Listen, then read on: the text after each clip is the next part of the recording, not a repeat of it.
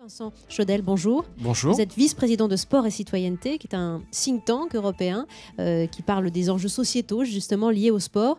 On peut aimer le sport, comme c'est le cas d'Anne Hidalgo, et être réservé donc sur l'opportunité d'une telle candidature. Vous comprenez cette position ? Oui, on peut comprendre toutes les positions, surtout à partir du moment où on est dans un contexte où les économies de la sphère publique, c'est-à-dire d'un État, mais aussi d'une ville comme Paris, sont assez complexes actuellement. Oui.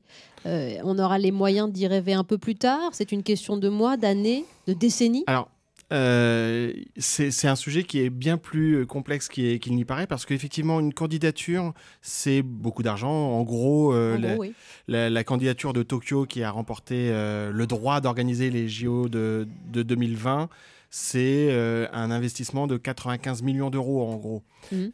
Donc on voit que c'est quand même une somme que vous posez sur la table et vous n'avez aucune garantie qu'elle soit gagnante. Et puis, organiser les JO, c'est aussi d'autres investissements. Pour Londres, on parlait d'un budget de 3 milliards d'euros et on est plutôt arrivé à 12 à la fin. Ah oui, incroyable. Multiplié par 4. Il peut y avoir quand même des écarts. Ouais. Seulement, une fois qu'on a dit ça, on peut comprendre que ça fasse peur, mais les budgets, il faut les comprendre en deux. Un, une partie du budget de l'organisation, les événements eux-mêmes, et puis deux, les infrastructures. Sur la première partie, les JO sont en général dans un phénomène, dans un mécanisme d'autofinancement. Il y a des droits télé, il y a des partenariats, etc., qui fait que cette partie-là, en gros, elle s'équilibre.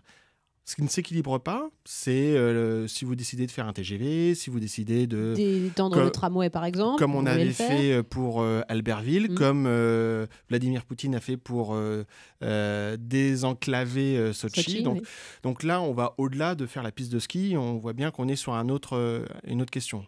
Et si on arrive sur le cas de Paris, excusez-moi, il y a déjà pas mal d'infrastructures existantes, ou celles qui n'existaient pas. Pour Paris 2012, je pense au Vélodrome de Saint-Quentin, aujourd'hui, elle existe.